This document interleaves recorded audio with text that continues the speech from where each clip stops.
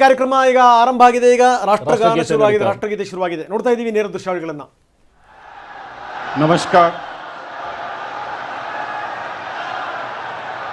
I request the permission of the Honorable Governor to commence the proceedings. With your permission, sir, I may now read the... governor ಕೂಡ ಬಂದರು. ಈಗ ಇದಕ್ಕೆ ಕಾರ್ಯಕ್ರಮಕ್ಕೆ ಚಾಲನೆ ಕೊಡಲಾಗಿದೆ. ಇನ್ನು ಸ್ವಲ್ಪ ಹೊತ್ತಿಗೆ ಪ್ರಮಾಣ ವಚನ ಸ್ವೀಕಾರ ಸಮಾರಂಭ. ನೋಡಿ, ಈ ರೀತಿ ಒಂದು ಅದ್ಭುತವಾದಂಥ ದಿನ. ಇದು ಸಾಮಾನ್ಯ ದಿನ ಅಲ್ಲ. ಜನ ಎಲ್ಲವನ್ನೂ ಕೊಟ್ಟಿರ್ತಾರೆ ರೆಹಮಾನ್, ಆದರೆ ಕಳ್ಕೊಂಬಿಟ್ರೆ ಬಹಳ ಕಷ್ಟ. ನೀವು ಅಧಿಕಾರಕ್ಕೆ ಇರುವಂಥದ್ದು ಒಂದು ಲೆಕ್ಕದಲ್ಲಿ ಹೆಂಗೋ ಕಷ್ಟಪಟ್ಟ ಮೇಲೆ ಹೋಗ್ಬಿಡ್ತೀರಿ. ಉಳಿಸ್ಕೊಳ್ಳೋದಿದೆಯಲ್ಲ, ಅದು ಒಂದು ಭಾಳ ಅದ್ಭುತವಾದಂಥ ಸಾಲಿದೆ. ಆಡಿಸುವಾತ ಬೇಸರ ಮೂಡಿ ಆಟ ನಿಲ್ಲಿಸಿದ, ಗೊಂಬೆಯ ಮುರಿದ ಸೂತ್ರವ ಹರಿದ ಮಣ್ಣಾಗಿಸಿದ. ಜನರಿಗೆ ತುಂಬ ಚೆನ್ನಾಗಿ ಗೊತ್ತು ಯಾವಾಗ ಆಡಿಸ್ಬೇಕು ಅಂತ ಗೊತ್ತು, ಯಾವಾಗ ಮೂಲೆ ಸೇರಿಸ್ಬೇಕು ಅಂತ ಗೊತ್ತು. ಅದು ಬೆಸ್ಟ್ ಎಕ್ಸಾಂಪಲ್ ಈ ಚುನಾವಣೆ ಸಂದರ್ಭದಲ್ಲಿ ಗೊತ್ತಾಗಿರುವಂಥ ಸಂಗತಿ. ಕಾರ್ಯಕ್ರಮ ಶುರುವಾಗಿದೆ. ಜನ ಉತ್ಸಾಹದಿಂದ ಇದ್ದಾರೆ. ಅತ್ಯಂತ ದೊಡ್ಡ ಮಟ್ಟದಲ್ಲಿ ಸೇರಿರುವಂಥ ಜನಸ್ತೋಮ. ಇಂಥ ಕಡೆಗೆ ಸೂಕ್ಷ್ಮಾತಿ ಸೂಕ್ಷ್ಮ ಪ್ರದೇಶ, ಇದು ಸಾಮಾನ್ಯ ಸಂಗತಿ ಅಲ್ಲ. ಹೀಗಾಗಿ ಏನು ಅಂತಂದರೆ, ಸೇನೆ ಇಲ್ಲಿ ಕಣ್ಣಿಟ್ಟಿದೆ. ಯಾವುದೇ ಕಾರಣಕ್ಕೂ ಯಾವುದೇ ಅಹಿತಕರ ಘಟನಾವಳಿಗಳು ಆಗಬಾರದು ಅನ್ನುವಂಥ ಕಾರಣಕ್ಕೋಸ್ಕರ ಇಡೀ ಬ್ರಿಗೇಡ್ ಪರೇಡ್ ಮೈದಾನದಲ್ಲಿ ಎಲ್ಲೆಲ್ಲಿ ಈ ಮುಫ್ತಿನಲ್ಲಿ ಅಧಿಕಾರಿಗಳಿದ್ದಾರೆ ಗೊತ್ತಿಲ್ಲ. ತೋರಿಸ್ತಾ ಇದ್ದೀವಿ ನೇರ ದೃಶ್ಯಾವಳಿಗಳನ್ನು. ঈশ্বরের নামে শপথ করিতেছি যে বিধি দ্বারা স্থাপিত ভারতের সংবিধানের প্রতি আমি অকৃত্রিম নিষ্ঠা ও আনুগত্য পোষণ করিব। আমি ভারতের সার্বভৌমত্ব ও অখণ্ডতা রক্ষা করিব। পশ্চিমবঙ্গ রাজ্যের মুখ্যমন্ত্রী রূপে আমার কর্তব্যসমূহ নিষ্ঠাপূর্বক এবং বিবেকসম্মতভাবে নির্বাহ করিব এবং ভয় বা পক্ষপাত প্রীতি বা বিদ্বেষ রহিত হইয়া সকল শ্রেণীর জনগণের প্রতি সংবিধান ও বিধি অনুসারে ন্যায়াচরণ করিব।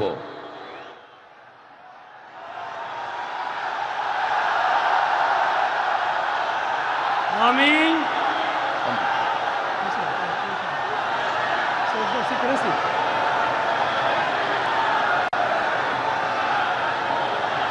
আমি শুভেন্দু অধিকারী ঈশ্বরের নামে শপথ করিতেছি যে পশ্চিমবঙ্গ রাজ্যের মুখ্যমন্ত্রী রূপে যে কোনো বিষয় যাহা আমার বিবেচনার জন্য আনিত হইবে বা আমি জ্ঞাত হইব, তাহা মুখ্যমন্ত্রী রূপে আমার কর্তব্যসমূহের যথাযথ নির্বাহের জন্য যেরূপ আবশ্যক হইতে পারে তদ্গতিকে আমি প্রত্যক্ষ বা পরোক্ষভাবে কোনো ব্যক্তি বা ব্যক্তিগণের নিকট জ্ঞাপন করিব না বা প্রকাশ করিব না।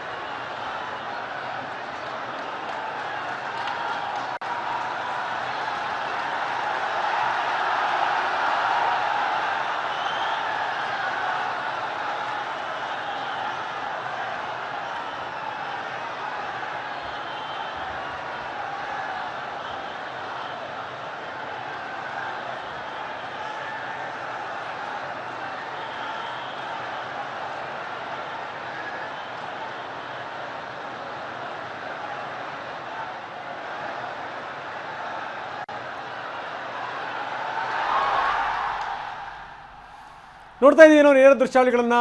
ಎಲ್ಲರಿಗೂ ಕೂಡ ವಂದಿಸಿ ಹೋಗ್ತಿರುವಂಥ ಅಧಿಕಾರಿ ಅವರು ಉತ್ತರ ಪ್ರದೇಶದ ಮುಖ್ಯಮಂತ್ರಿ ಯೋಗಿಯವರ ಎದುರುಗಡೆ ಬಂದ ತಕ್ಷಣವೇ ಯೋಗಿ ಒಂದು ಕೇಸರಿ ಶಾಲ್ ಹಾಕಿ ಅವ್ರನ್ನ ಆಶೀರ್ವಾದ ಮಾಡಿದ್ದು ನಾವು ನೋಡ್ತಾ ಇದ್ದೀವಿ ನೇರ ದೃಶ್ಯಾವಳಿಗಳನ್ನು. ಇದು BJP ಅದೆಷ್ಟೋ ವರ್ಷಗಳಿಂದ ಕಾಣ್ತಿದ್ದಂಥ ಕನಸಿದೆಯಲ್ಲ, ಕನಸು ಸಾಕಾರವಾಗಿದೆ. ಸಾಮಾನ್ಯ ಸಂಗತಿಯಲ್ಲ. ಬ್ರಿಗೇಡ್ ಪರೇಡ್ ಮೈದಾನದಿಂದ ನೇರ ದೃಶ್ಯಾವಳಿಗಳನ್ನು ನಾವು ನಿಮಗೆ ತೋರಿಸ್ತಾ ಇದ್ದೀವಿ. ಪ್ರಮಾಣ ವಚನ ಸ್ವೀಕಾರ ಮಾಡಿದಂಥ ಸುಬೇಂದು ಅಧಿಕಾರಿ ಈಗ ಬದಲಾದಂತಹ ಸಂದರ್ಭ ಸನ್ನಿವೇಶದಲ್ಲಿ ಪಶ್ಚಿಮ ಬಂಗಾಳದ ಮುಖ್ಯಮಂತ್ರಿ ನೂತನ ಮುಖ್ಯಮಂತ್ರಿ. The order of Governor of West Bengal in exercise of the power conferred on me by Article 164(1) of the Constitution of India, I, Shri R. N. Ravi, Governor of West Bengal, on the advice of Shri Shubhendu Adhikari, Chief Minister of West Bengal, hereby appoint the following persons in the Council of Ministers for the State of West Bengal: Shri Dilip Ghosh, Shrimati Agnimatra Paul, Shri Ashok Kirtinia, and Shri Nishit Pramanik. May I now request Shri Dilip Ghosh, Honorable Minister Designate, to write and take oath before the Honorable Governor.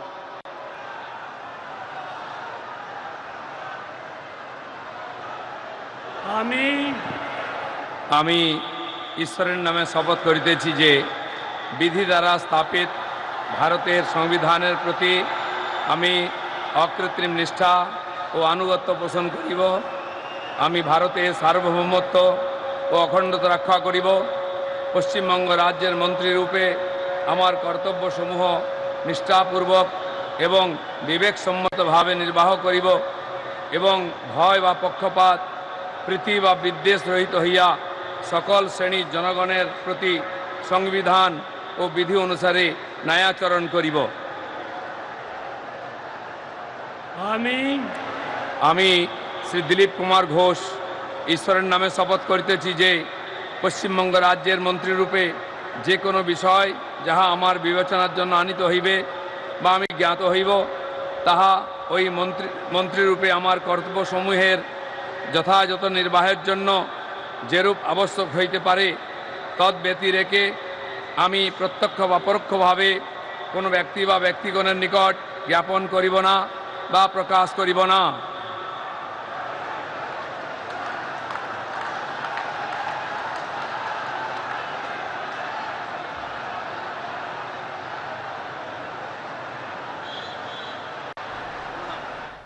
Dilip Ghosh ಮಂತ್ರಿಯಾಗಿ ಪ್ರಮಾಣ ವಚನ ಸ್ವೀಕಾರ ಮಾಡಿದರು. ಭಾರತೀಯ ಜನತಾ ಪಕ್ಷದ ಹಿರಿಯ ನಾಯಕರು ಈ ಘೋಷ್ ಅವರು 2026ರ ಪಶ್ಚಿಮ ಬಂಗಾಳ ವಿಧಾನಸಭಾ ಚುನಾವಣೆ ಮೊನ್ನೆ ಆದಂಥ ಚುನಾವಣೆ ಖರಗ್ಪುರ್ ಸದರ್ ಕ್ಷೇತ್ರದಿಂದ ಅವರು ಸ್ಪರ್ಧೆ ಮಾಡಿ ಗೆದ್ದಿರುವಂಥವರು. ಸಂಘದ ನಾಯಕರು ಇವರು, ಗಮನಿಸಬೇಕಾದಂಥ ಸಂಗತಿ RSS ಹಿನ್ನೆಲೆಯಿಂದ ಬಂದಿರುವಂಥವರು. BJP ಸಂಘಟನೆ ಇಷ್ಟೊಂದು ಸದೃಢ ಆಗಲಿಕ್ಕೆ ಪ್ರಮುಖವಾದಂಥ ಪಾತ್ರ ವಹಿಸಿದಂಥವರು ಇದೇ ನಾಯಕ ಘೋಷ್ ಅವರು. ಸೊ ಇವರೀಗ CM ರೇಸಲ್ಲೂ ಕೂಡ ಇದ್ರು.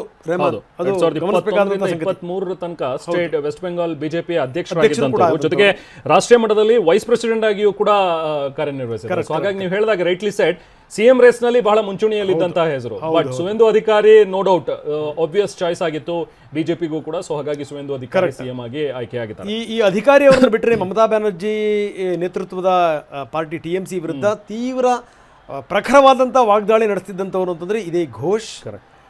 ಈಗ ನೋಡಿ, BJP ಸರ್ಕಾರ ಅಧಿಕಾರಕ್ಕೆ ಬಂತು, ಘೋಷ್ ಮಂತ್ರಿಯಾಗಿ ಪ್ರಮಾಣ ವಚನ ಸ್ವೀಕಾರ ಮಾಡಿದ್ದಾರೆ. BJPಯ 9ನೇ ರಾಜ್ಯ ಅಧ್ಯಕ್ಷರಾಗಿ ಕೂಡ ಅವರು ಕಾರ್ಯನಿರ್ವಹಿಸಿದರು. ಸೊ ಈಗ 10ನೇ ಮುಖ್ಯಮಂತ್ರಿಯಾಗಿ ಸುವೇಂದು ಅಧಿಕಾರಿ ಅವರು ಅಧಿಕಾರವನ್ನು ಸ್ವೀಕಾರ ಮಾಡಿದ್ದಾರೆ. ಸೊ ಈಗ ಅವರ ಕ್ಯಾಬಿನೆಟ್ನಲ್ಲಿ ಇನ್ನು 5 ಜನ ಈಗ ಪ್ರಮಾಣ ವಚನವನ್ನು ಸ್ವೀಕರಿಸ್ತಾರೆ. ಅದರಲ್ಲಿ ಮೊದಲನೇದಾಗಿ ದಿಲೀಪ್ ಕುಮಾರ್ ಘೋಷ್ ಅವರು ಈಗ ಪ್ರಮಾಣ ವಚನ ಈ ಮುಖಾಂತರ BJP ದೇಶದ 21ನೇ ರಾಜ್ಯದಲ್ಲಿ ಅಧಿಕಾರ ಮಾಡ್ದಂಗಾಯ್ತು. ಎಸ್, ಕೆಲವೊಂದು ಡೈರೆಕ್ಟಾಗಿ ಸುಮಾರೊಂದು 17 ಕಡೆಗೆ ಅವ್ರ ಕಡೆ ಇದ್ದಾರೆ. ಜೊತೆಗೆ ಏನು ಅಂತಾರೆ, ಈ ಮಿತ್ರ ಪಾರ್ಟಿಗಳು ಅವರು ಇವರೆಲ್ಲ ಇರುವಂಥವ್ರು. ಒಟ್ಟು 21 ರಾಜ್ಯಗಳಲ್ಲಿ BJPಯ ಅಧಿಕಾರ ದೇಶದಲ್ಲಿ. ನಾವು ತೋರಿಸ್ತಾ ಇದ್ದೀವಿ ನೇರ ದೃಶ್ಯಾವಳಿಗಳನ್ನು. ಈಗ ತಾನೇ ದಿಲೀಪ್ ಘೋಷ್ ಪ್ರಮಾಣ ವಚನ ಸ್ವೀಕಾರ ಮಾಡಿದರು. ಸಂಘದ ಮೂಲದಿಂದ ಬಂದಿರುವಂಥ ದಿಲೀಪ್ ಘೋಷ್ ಅವರು ಪ್ರತಿಜ್ಞಾ ವಿಧಿಯನ್ನು ಸ್ವೀಕಾರ ಮಾಡಿದರು. ಜೊತೆಗೇನು ಅಂತಂದರೆ ನಿರಂತರವಾಗಿ ಪಕ್ಷ ಕಟ್ಟುವಂಥ ವಿಚಾರಕ್ಕೆ ಸಂಬಂಧಪಟ್ಟಂಗೆ ದಿಲೀಪ್ ಘೋಷ್ ಅವರ ಹೆಸರು ಮುಂಚೂಣಿಯಲ್ಲಿತ್ತು. আমি শ্রীমতী অগ্নিমিত্রা পাল ঈশ্বরের নামে শপথ করিতেছি যে পশ্চিমবঙ্গ রাজ্যের মন্ত্রী রূপে যে কোনো বিষয়ে যাহা আমার বিবেচনার জন্য আনিত হইবে বা আমি জ্ঞাত হইব, তাহা ওই মন্ত্রী রূপে আমার কর্তব্যসমূহের যথাযথ নির্বাহের জন্য যেরূপ আবশ্যক হইতে পারে তদ্ব্যতিরিকে আমি প্রত্যক্ষ বা পরোক্ষভাবে কোনো ব্যক্তি বা ব্যক্তিগণের নিকট জ্ঞাপন করিব না বা প্রকাশ করিব না। আমি শ্রীমতী অগ্নিমিত্রা পাল ঈশ্বরের নামে শপথ করিতেছি যে বিধি দ্বারা স্থাপিত ভারতের সংবিধানের প্রতি আমি অকৃত্রিম নিষ্ঠা ও আনুগত্য পোষণ করিব। আমি ভারতের সার্বভৌমত্ব ও অখণ্ডতা রক্ষা করিব। পশ্চিমবঙ্গ রাজ্যের মন্ত্রী রূপে আমার কর্তব্যসমূহ নিষ্ঠাপূর্বক এবং বিবেকসম্মতভাবে নির্বাহ করিব এবং ভয় বা পক্ষপাত প্রীতি বা বিদ্বেষ রহিত হইয়া সকল শ্রেণীর জনগণের প্রতি সংবিধান ও বিধি অনুসারে ন্যায়াচরণ করিব।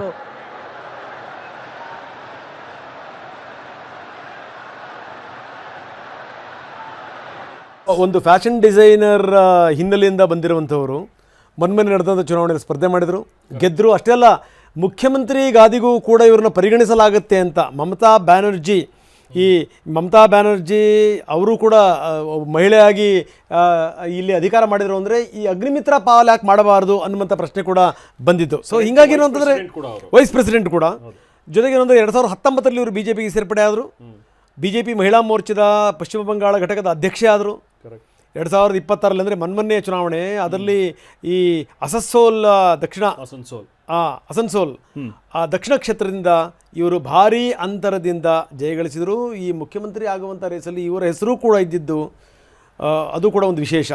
ರಾಜಕೀಯಕ್ಕೆ ಬರಲಿಕ್ಕೆ ಮುನ್ನ ಅವರು ಖ್ಯಾತ ಫ್ಯಾಷನ್ ಡಿಸೈನರ್ ಆಗಿದ್ದರು. ಇದು ಸಂಗತಿ. ಇದು ಅಗ್ನಿಮಿತ್ರಾ ಪಾಲ್ ಅವರ ವಿವರ. ಎಸ್, ವೆಸ್ಟ್ ಬೆಂಗಾಲ್ನ ಬಿಜೆಪಿ ಮಹಿಳಾ ಮೋರ್ಚಾ ಅಧ್ಯಕ್ಷರಾಗಿದ್ದಂಥವ್ರು, ಜೊತೆಗೆ ಜನರಲ್ ಸೆಕ್ರೆಟರಿ ಆಗಿಯೂ ಕೂಡ ಸೇವೆ ಸಲ್ಲಿಸಿದ್ದಾರೆ. ಜೊತೆಗೆ ಈಗ ವೈಸ್ ಪ್ರೆಸಿಡೆಂಟ್ ಅವರು ಬಿಜೆಪಿ, ರಾಜ್ಯ ಬಿಜೆಪಿಗೆ ವೆಸ್ಟ್ ಬೆಂಗಾಲ್ನಲ್ಲಿ. ಇನ್ನು ನೀವು ಹೇಳ್ದಂಗೆ ಅಸನ್ಸೋಲ್ ಕ್ಷೇತ್ರದಿಂದ ಭಾರಿ ಬಹುಮತ 40,839 ವೋಟ್ಗಳಿಂದ ಅವರು ಅವರ TMCಯ ಪ್ರತಿಸ್ಪರ್ಧಿ ಏನಿದ್ರು ತಪಸ್ ಬ್ಯಾನರ್ಜಿ ಅವರ ವಿರುದ್ಧ ಗೆಲುವನ್ನು ದಾಖಲಿಸಿದ್ರು. ಒಂದು ರೀತಿ ಸಡನ್ ರೈಸ್ ಅನ್ನುವಂಥದ್ದನ್ನೇ ಇವ್ರ ಬಗ್ಗೆ ಮಾತಾಡ್ತಾರೆ. ಯಾಕಂದ್ರೆ 2019 ಅವರು ಏನು ಜಾಯ್ನ್ ಆದ್ರು, ঈশ্বরের নামে ನಂತರ শপথ ಅವರು ಬೆಳೆದು করিতেছি ಬಂದಂತಹ যে ಒಂದು ಹಾದಿ. ಈಗ next. বিধি দ্বারা স্থাপিত ভারতের সংবিধানের প্রতি আমি অকৃত্রিম নিষ্ঠা ও আনুগত্য পোষণ করিব। আমি ভারতের সার্বভৌমত্ব ও অখণ্ডতা রক্ষা করিব। পশ্চিমবঙ্গ রাজ্যের মন্ত্রীরূপে আমার কর্তব্যসমূহ নিষ্ঠাপূর্বক এবং বিবেকসম্মতভাবে নির্বাহ করিব এবং ভয় বা পক্ষপাত প্রীতি বা বিদ্বেষ রহিত হইয়া সকল শ্রেণীর জনগণের প্রতি সংবিধান ও বিধি অনুসারে ন্যায়চারণ করিব।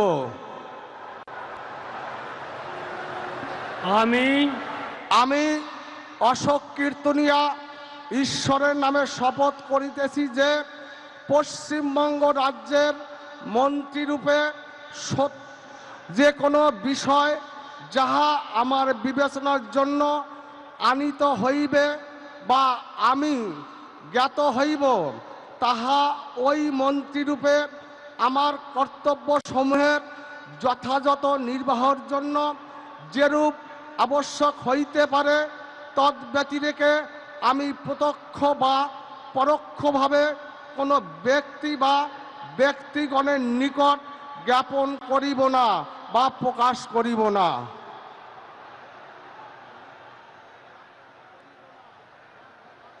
ಅಶೋಕ್ ಕೀರ್ತನಿಯ ಪಶ್ಚಿಮ ಬಂಗಾಳದ ಭಾರತೀಯ ಜನತಾ ಪಾರ್ಟಿಯ ಪ್ರಮುಖರಲ್ಲಿ ಒಬ್ಬರು. ಇವರು ಕೂಡ ಹೋರಾಟಗಾರರು. ಈ ಮೊನ್ನೆ ನಡೆದಂಥ ಚುನಾವಣೆಯಲ್ಲಿ ಬಾಂಗಾವ್ ಉತ್ತರ ಕ್ಷೇತ್ರದಿಂದ, ಇದು SC ಮೀಸಲು ಕ್ಷೇತ್ರ ರೆಹಮಾನ್, ಈ ಬಾಂಗಾವ್ ಉತ್ತರ ಕ್ಷೇತ್ರದಿಂದ ಅಭ್ಯರ್ಥಿಯಾಗಿ ಸ್ಪರ್ಧೆ ಮಾಡಿ ಗೆದ್ದರು. 52 ವರ್ಷ ಅಶೋಕ್ ಕೀರ್ತನಿಯ. ಇವರು ಪದವೀಧರರು, ಜೊತೆಗೆ ಹೋರಾಟಗಾರರು. ಈ ಕಳೆದ ಬಾರಿ ಕೂಡ 21ರ ವಿಧಾನಸಭಾ ಚುನಾವಣೆಯಲ್ಲೂ ಕೂಡ ಇದೇ ಬಾಂಗಾವ್ ನಾರ್ತಿಂದ ಇವರು ಗೆದ್ದಿದ್ರು. ಈಗ ಮತ್ತೆ ಅದೇ ಕ್ಷೇತ್ರದಿಂದ ಇವರು ಆಯ್ಕೆಯಾಗಿದ್ದಾರೆ.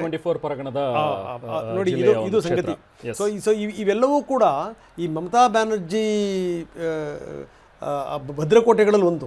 ಮತುವಾ ಕಮ್ಯುನಿಟಿ ಎಸ್ಪೆಷಲಿ ಮತುವಾ ಕಮ್ಯುನಿಟಿ ಬಹಳನೇ ಟಿಎಂಸಿಗೆ ಹೆಚ್ಚು ವೋಟ್ಸ್ ಆಗತ್ತೆ ಅಂತ ಏನು ಅನ್ಕೊಂಡಿದ್ರು. ಬಟ್ ಅದೇ ಮತುವಾ ಕಮ್ಯುನಿಟಿಯಿಂದ ಬಂದಿರುವಂತಹ ಅಶೋಕ್ ಕೀರ್ತನಿಯಾ ಅವರು ನಾರ್ತ್ 24 ಪರಗಣ ಡಿಸ್ಟ್ರಿಕ್ಟ್ನಲ್ಲಿ ಇರುವಂತಹ ಒಂದು ಕ್ಷೇತ್ರದಿಂದ ಅವರು ಜಯವನ್ನು ದಾಖಲಿಸ್ತಾರೆ. 40,000ಕ್ಕೂ ಹೆಚ್ಚು ಮತಗಳ ಅಂತರದಿಂದ ಅವರು ಗೆಲುವನ್ನು ದಾಖಲಿಸಿದ್ದು. ಅವರ ಸ್ಪರ್ಧಿ ಬಿಸ್ವಜಿತ್ ದಾಸ್ ಟಿಎಂಸಿಯಿಂದ ಅವರನ್ನು ಸೋಲಿಸಿ ಆಯ್ಕೆಯಾಗಿರುವಂಥವ್ರು.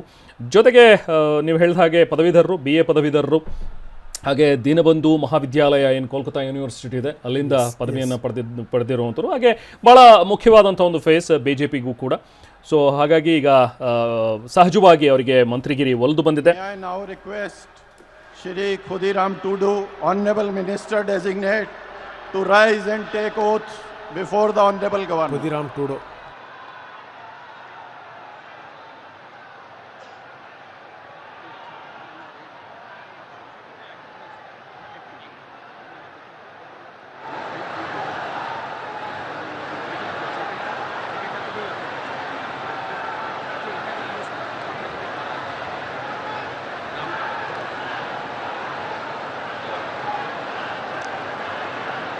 ᱤᱧ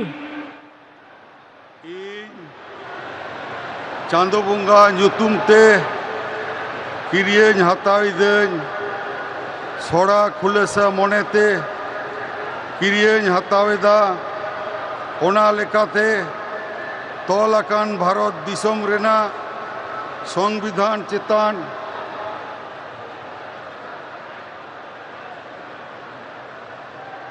ᱡᱤᱣᱤ ᱜᱟᱹᱦᱤᱨ ᱢᱟᱹᱱ ᱟᱨ ᱢᱟᱱᱚᱛ ᱤᱧ ᱫᱚᱦᱚᱭᱟ। ᱤᱧ ᱫᱚ ᱵᱷᱟᱨᱚᱛ ᱨᱮᱱᱟᱜ ᱥᱟᱢᱟᱱᱤ ᱟᱨ ᱡᱩᱢᱤᱫ ᱨᱩᱠᱷᱤᱭᱟᱹ ᱫᱚᱦᱚ ᱠᱟᱛᱮᱧ ᱪᱟᱞᱟᱜᱼᱟ।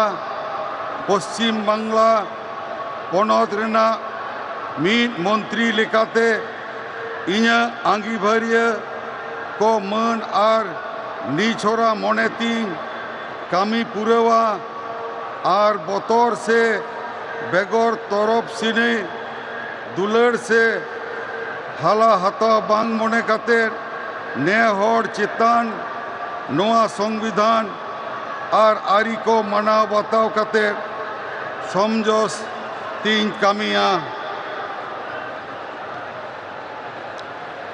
इन चांदो बुंगा ᱧᱩᱛᱩᱢ ᱛᱮ ᱠᱤᱨᱤᱭᱟᱹᱧ ᱦᱟᱛᱟᱣᱤᱫᱟᱹᱧ, ᱥᱚᱲᱟ ᱠᱷᱩᱞᱟᱹᱥᱟ ᱢᱚᱱᱮᱛᱮ ᱠᱤᱨᱤᱭᱟᱹᱧ ᱦᱟᱛᱟᱣᱤᱫᱟᱹᱧ, ᱟᱹᱱ ᱞᱮᱠᱟᱛᱮ ᱛᱚᱞ ᱟᱠᱟᱱ ᱵᱷᱟᱨᱚᱛ ᱫᱤᱥᱚᱢ ᱨᱮᱱᱟᱜ ᱥᱚᱝᱵᱤᱫᱷᱟᱱ ᱪᱮᱛᱟᱱ ᱡᱤᱣᱤ ᱜᱟᱹᱦᱤᱨ ᱢᱟᱹᱱ ᱟᱨ ᱢᱟᱱᱚᱛᱤᱧ ᱫᱚᱦᱚᱭᱟ। ᱤᱧ ᱫᱚ ᱵᱷᱟᱨᱚᱛ ᱨᱮᱱᱟᱜ ᱥᱟᱢᱟᱱᱤ ᱟᱨ ᱡᱩᱢᱤᱫ ᱨᱩᱠᱷᱤᱭᱟᱹ ᱫᱚᱦᱚ ᱠᱟᱛᱮᱧ ᱪᱟᱞᱟᱜᱼᱟ। ᱯᱚᱥᱪᱤᱢ ᱵᱟᱝᱞᱟ ᱯᱚᱱᱚᱛ ᱨᱮᱱᱟᱜ ᱢᱤᱫ ᱢᱚᱱᱛᱨᱤ ᱞᱮᱠᱟᱛᱮ ᱤᱧᱟᱹᱜ ᱟᱸᱜᱤᱵᱷᱟᱨ को मान और निछोरा मोनेतीन कामी पुरवा और बतर से बेगोर तरफ सनी दुलड़ से हला हताव बांग मने काते ने होड़ चितान नोआ संविधान और आरी को मना बताव काते समझ से तीन कामिया। जोहार।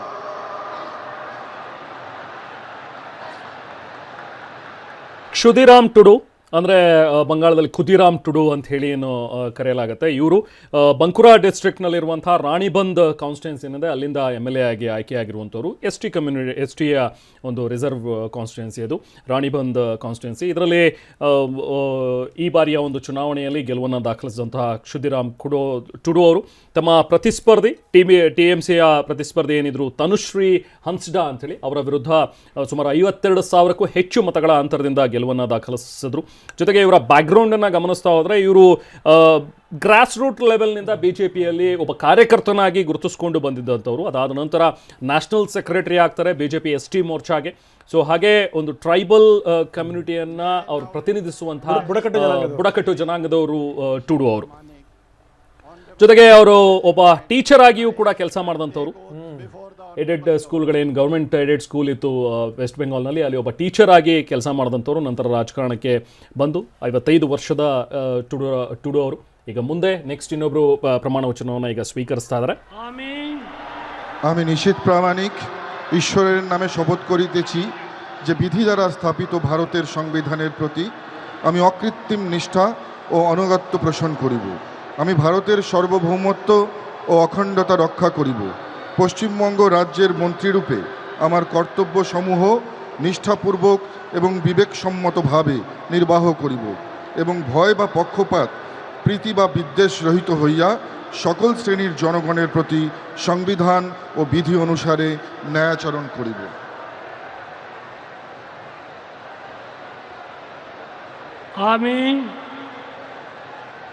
আমি নিশীথ প্রামাণিক ঈশ্বরের নামে শপথ করিতেছি যে পশ্চিমবঙ্গ রাজ্যের মন্ত্রীরূপে যে কোনো বিষয় যাহা আমার বিবেচনার জন্য আনিত হইবে বা আমি জ্ঞাত হইব, তাহা ওই মন্ত্রীরূপে আমার কর্তব্যসমূহের যথাযথ নির্বাহের জন্য যেরূপ আবশ্যক হইতে পারে তদ্ব্যতিরিকে আমি প্রত্যক্ষ বা পরোক্ষভাবে কোনো ব্যক্তি বা ব্যক্তিগণের নিকট জ্ঞাপন করিব না বা প্রকাশ করিব না।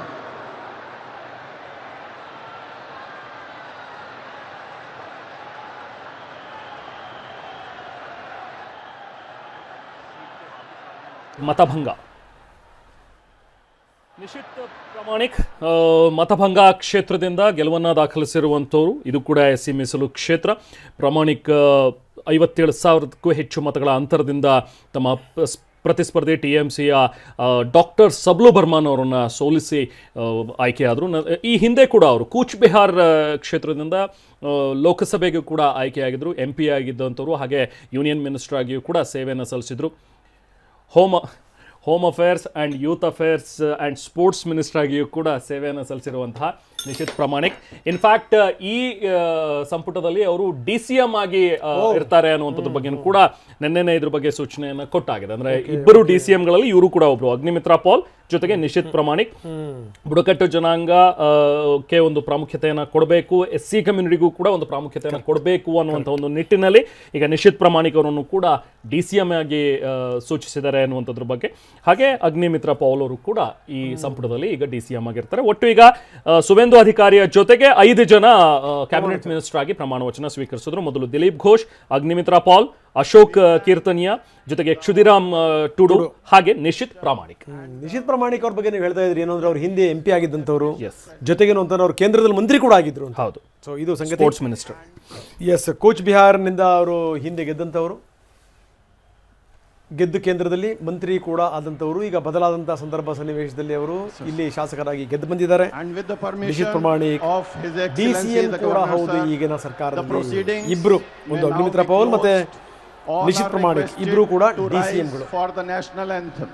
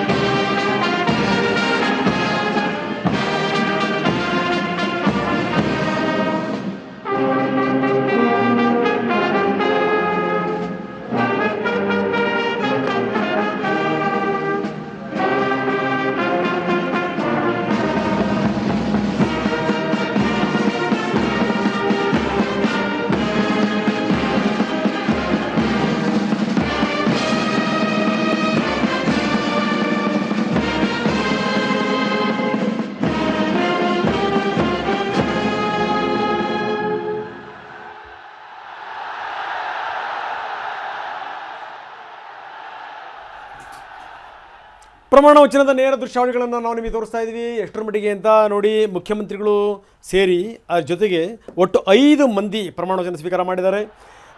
ಅಧಿಕಾರಿ ಮುಖ್ಯಮಂತ್ರಿಗಳು ದಿಲೀಪ್ ಘೋಷ್, ಅಗ್ನಿಮಿತ್ರ ಪಾಲ್, ಅಶೋಕ್ ಕೀರ್ತನಿಯಾ, ಕ್ಷುದಿರಾಮ್ ಟುಡೋ, ನಿಶಿತ್ ಪ್ರಾಮಾಣಿಕ್ 5 ಜನ ಮಂತ್ರಿಗಳಾಗಿ ಅಧಿಕಾರ ಸ್ವೀಕಾರ ಮಾಡಿದ್ದಾರೆ. ಅದರಲ್ಲಿ ಇಬ್ಬರು DCMಗಳು, ಒಂದು ಈ ನಿಶಿತ್ ಪ್ರಾಮಾಣಿಕ್ ಮತ್ತು ಅಗ್ನಿಮಿತ್ರ ಪಾಲ್ ಇಬ್ಬರು ಕೂಡ DCMಗಳು. ಅಂತೂ ಇಂತೂ ಬಹಳ ವರ್ಷಗಳ ಪ್ರಯತ್ನ, ಆ ಪ್ರಯತ್ನ ಈಗ ಸಾಕಾರ ಆಗಿದೆ. ಹೀಗಾಗಿಯೇ ಖುದ್ದು ಪ್ರಧಾನಮಂತ್ರಿಗಳು ಕೂಡ ಈ ಪ್ರಮಾಣ ವಚನಕ್ಕೆ ಸಾಕ್ಷಿಯಾಗಿದ್ದಾರೆ. ನೋಡ್ತಾ ಇದ್ದೀವಿ ನೇರ ದೃಶ್ಯಾವಳಿಗಳನ್ನು.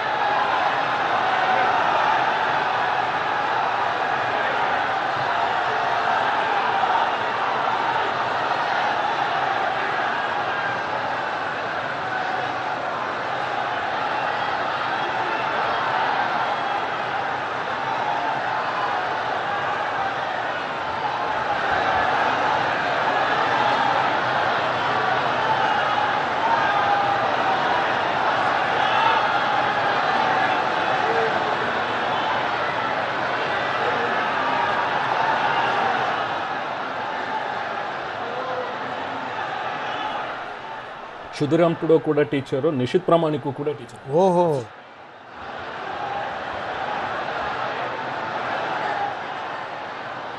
ಬಹಳ ವರ್ಷಗಳ ಪ್ರಯತ್ನ ನಿರಂತರವಾಗಿ ನೋಡಿ. ಸ್ವಾತಂತ್ರ್ಯ ಬಂದಾಗಿನಿಂದ ಇಲ್ಲಿ ತನಕ ಜನಸಂಘದ ಸ್ಥಾಪಕರು ಕೂಡ ಇಲ್ಲಿಯವರನ್ನೇ, ಶ್ಯಾಮ್ ಪ್ರಸಾದ್ ಮುಖರ್ಜಿಯವರು ಒಂದು ಲೆಕ್ಕದಲ್ಲಿ ಸೈದ್ಧಾಂತಿಕ ಮೂಲಪುರುಷರವರು, ಭಾರತೀಯ ಜನಸಂಘದ ಸ್ಥಾಪಕರು. ಆದರೆ ಅಲ್ಲಿಂದ ಇಲ್ಲಿ ತನಕ ಈ ಸರಿಯಾದ ರೀತಿಯಲ್ಲಿ ಬೆಳೆದಿರಲಿಲ್ಲ. ಯಾಕಂದರೆ ಅಷ್ಟರ ಮಟ್ಟಿಗೆ ಬಿಗಿ ಹಿಡಿತ ಮೊದಲು ಕಾಂಗ್ರೆಸ್ ತಿತ್ತು, ಆಮೇಲೆ ಎಡಪಕ್ಷಗಳು ಬಂದಾದ್ಮೇಲೆ ಮುಗಿದೋಯ್ತು ಬಿಡಿ.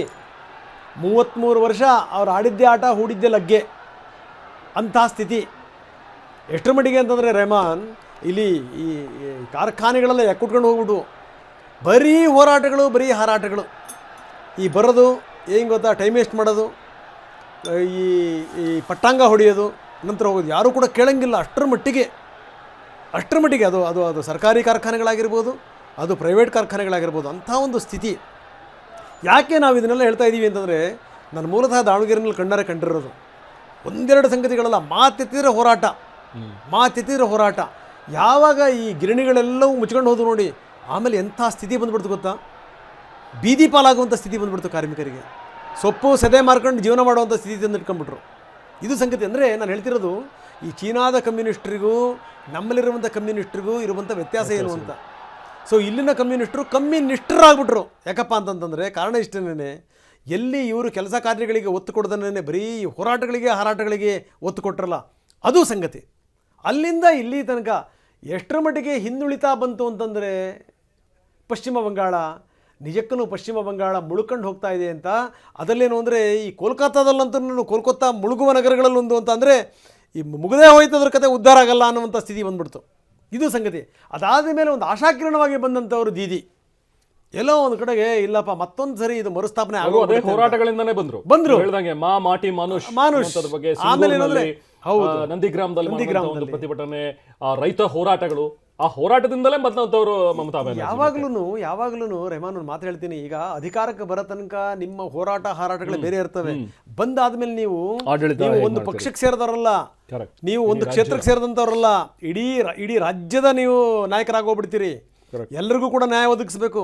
ಮೊದಲು ಭೂಮಿ ರಕ್ಷಣೆ ಆಗಬೇಕು, ಅದು ಇಂಪಾರ್ಟೆಂಟ್. ಬರೀ ಏನು ಅಂತಂದರೆ, ನೀವು ನುಸುಳುಕೋರರಿಗೆ ನೀವು ಅವಕಾಶ ಕೊಡುವಂಥದ್ದು, ನೀವು ಬಾಂಗ್ಲಾ ಅಕ್ರಮ ವಲಸಗಾರರು ನೀವು ಅಕ್ರಮ ಸಕ್ರಮ ಮಾಡ್ಬಿಡೋದಿದೆಯಲ್ಲ, ಇದು ಎಲ್ಲೋ ಒಂದು ಕಡೆಗೆ ಇವ್ರು ಯಾವ ದಿಕ್ಕಲ್ಲಿ ಹೋಗ್ತಾ ಇದ್ದಾರೆ ಅಂತ. ಇದೆಲ್ಲದರ ಪರಿಣಾಮ ಏನಪ್ಪ ಅಂತಂದರೆ, ಈಗ BJP ಬಂದಿದೆ, ಸ್ಥಿತಿಗತಿಗಳು ಬದಲಾಗಲೇಬೇಕು.